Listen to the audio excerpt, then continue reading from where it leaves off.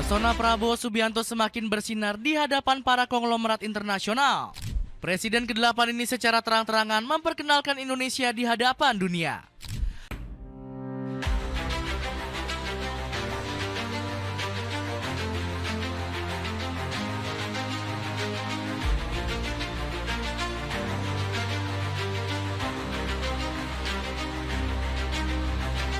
Pesona Prabowo Subianto semakin bersinar di hadapan para konglomerat internasional.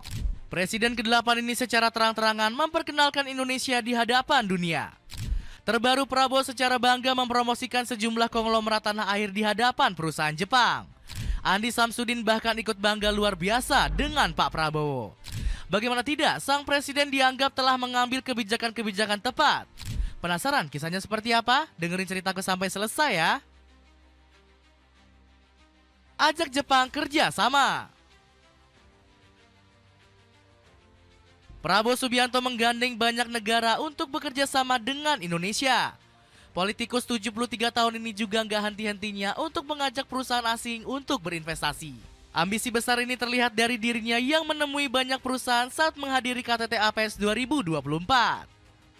Hasilnya, ketua Partai Gerindra ini mendapatkan banyak tawaran dari berbagai negara. Perusahaan asal Tiongkok dikabarkan ingin menggarap proyek strategis di Indonesia. Mereka akan bekerja sama dengan PT Huawei Tech terkait percepatan transformasi digital. Selain itu, Prabowo juga menggandeng perusahaan Jepang yang bekerja sama dengan PT PLN. Dalam kerjasama ini, perusahaan Jepang akan fokus penciptaan pembangkit listrik energi baru. Bahkan Menteri Investasi yakni Rosan Ruslani mengaku perusahaan negeri Sakura akan ikut membangun Giant Seawall. Saat bersama, Bapak Presiden juga mengajak perusahaan-perusahaan Jepang itu untuk berpartisipasi. Antaranya dengan Great Giant Seawall. Yang dimana dalam Great Giant Seawall itu 40 km di atas Jakarta dan sampai 600 km. Ucap Rosan Ruslani. Selain itu, Prabowo juga membahas tentang kerjasama di bidang lain seperti kesehatan dan pendidikan. Bahkan Presiden Indonesia ini memiliki rencana untuk membangun sekolah Jepang di tanah air. Ditambah lagi, Prabowo juga ikut mengenalkan sosok Andi Samsudin ke pengusaha Jepang. Konglomerat yang disebut Haji Isam ini disebut bisa menjadi partner bagi usahawan negeri Sakura. Ada Bapak Andi Syamsuddin Arsyad, seorang pengusaha terkemuka dari Kalimantan. Ucap sang presiden yang disambut tepuk tangan elegan para peserta forum. Berani tolak Apple di depan umum. Ini keputusan yang spesial tepat. Prabowo sangatlah berbeda dengan Apple. Perusahaan teknologi asal Amerika Serikat ini malah mendapat peringatan lampu merah dari sang presiden. Prabowo berani menolak investasi yang diajukan oleh perusahaan yang dirintis oleh Steve Jobs ini. Bagaimana tidak, Apple seenaknya meminta tax holiday selama 50 tahun. Pak Prabowo pun langsung kesal dengan permintaan kelewat aneh tersebut. Adil. Sang presiden bahkan meminta jajarannya untuk memusnahkan Apple. Pasalnya, produk-produk seperti iPhone 16 coba-coba diselundupkan seperti narkoba. Namun untungnya Bea Cukai sukses menghancurkan ratusan barang ilegal ini dengan cara memotongnya. Sikap tegas Pak Prabowo ini pun akhirnya mampu membuat Apple melunak. Perusahaan yang berkantor pusat di California ini mau berinvestasi ke pasar Indonesia sebesar 15,93 triliun rupiah. Hanya saja gelontoran dana besar tersebut masih belum meluluhkan hati Pak Prabowo. Alhasil, sang presiden meminta jajarannya untuk terus memberikan tekanan berlebih kepada Apple. Melalui Nezar Patria, Apple didesak memberi nilai investasi yang lebih besar lagi. Harus lebih tinggi lagi, melihat pasar Apple juga sangat besar di Indonesia. Betul, setuju. Terang Wakil Menteri Komunikasi dan Digital ini. Alhasil, keuntungan yang berat sebelah gitu kan, tidak kayaknya menindas Indonesia. Sesuatu yang nggak adil gitu kan, tidak adil buat Indonesia. Satu keputusan yang bijak yang telah dibuat oleh Pak Prabowo demi menjaga Indonesia. Perusahaan yang berdiri pada 1976 ini berencana bangun pabrik di Indonesia.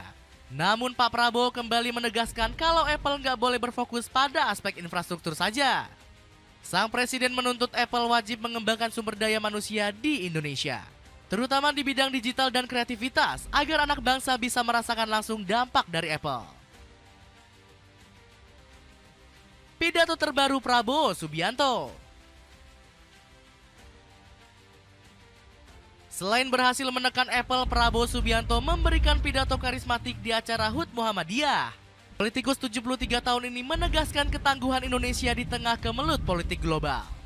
Pasalnya, belakangan ini sering sekali terjadi gejolak di kawasan Asia. Sebut saja situasi di Suriah yang kembali memanas akibat pemberontakan. Maupun Korea Selatan yang berada di situasi darurat militer beberapa waktu lalu. Ketua Partai Gerindra ini menegaskan Indonesia harus tegap dengan prinsip non-blok. Hal ini nggak lepas dari perairan Indonesia yang dianggap sebagai kawasan yang strategis. Di tengah situasi yang tidak menentu ini, kehendak kita tetap waspada dan tidak lengah. Kita harus tetap berpegang teguh terhadap prinsip non-blok, apalagi 40% perdagangan dunia lewat di perairan Indonesia. Ucap Prabowo dengan nada tegas. Selain itu, politisi Gerindra ini ingin menghemat pengeluaran negara.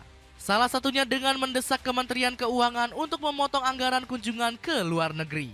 Hitungan kita perjalanan luar negeri mencapai 3 miliar dolar Amerika Serikat. Saya minta dikurangi 50% saja. Kalau bisa dikurangi 50% artinya kita bisa menghemat 15 triliun rupiah. Ungkap Banyak Prabowo. Pasalnya pemangkasan ini memiliki manfaat besar bagi kemajuan tanah air. Betul. Sebut saja dana tersebut bisa digunakan untuk pembangunan infrastruktur penting seperti sekolah dan bendungan. Gak heran Prabowo meminta para menteri untuk menahan diri melakukan dinas ke luar negeri. Tolonglah para menteri puasa dulu. Puasanya 5 tahun. Kalau 5 tahun kita hemat 1,5 miliar dolar Amerika Serikat dari perjalanan saja, namun dampaknya sangat luar biasa. Tapak Prabowo dikutip dari detik.com. Tanggapan media asing. Kehebatan Prabowo Subianto mengatur investasi Indonesia mendapat sorotan dari luar negeri. Salah satunya dari media Sinar Harian yang kagum sang presiden bisa mengatasi banyak isu. Pemberantasan korupsi menjadi agenda penting bagi Prabowo untuk memulihkan kepercayaan publik dan mengefektifkan fungsi pemerintah, terutama di sektor-sektor kritikal seperti transportasi, energi, dan infrastruktur. Di media asal Malaysia ini. Selain itu, Sinar Harian juga menyebut sosok Prabowo sebagai presiden tepat untuk Indonesia. Latar belakang luas Prabowo dalam kepemimpinan militer dan politik berkontribusi pada stabilitas dan kekuatan yang seringkali dibutuhkan di tingkat tertinggi pemerintahan. Tulis media tersebut. Selain itu, media Rusia juga menyoroti dampak positif dari pamor Prabowo. Media RIA Novosti menyorot kehebatan ketua Partai Gerindra ini membawa perusahaan Rusia ke daerah IKN. Belum lagi media ini menyorot Rusia siap mengisi berbagai sektor yang ada di Nusantara. Perusahaan-perusahaan Rusia berencana untuk memulai kerjasama aktif dengan kota tersebut pada tahun 2025. Salah satunya ada Magnum yang berencana membuka proyek resort di Nusantara. Tulis RIA Novosti. Bahkan media China Morning Post juga nggak ketinggalan dalam menyorot langkah Prabowo. Media ini kagum dengan rencana politikus 73 tahun tersebut untuk bertransisi dari bahan bakar fosil. Presiden Indonesia Prabowo Subianto telah mengumumkan tujuan ambisius untuk menghapuskan batu bara dan bahan bakar fosil dalam 15 tahun ke depan. Tulis China Morning Post. Nah, jadi begitulah cerita Prabowo Subianto yang membuat negara asing jadi rebutan.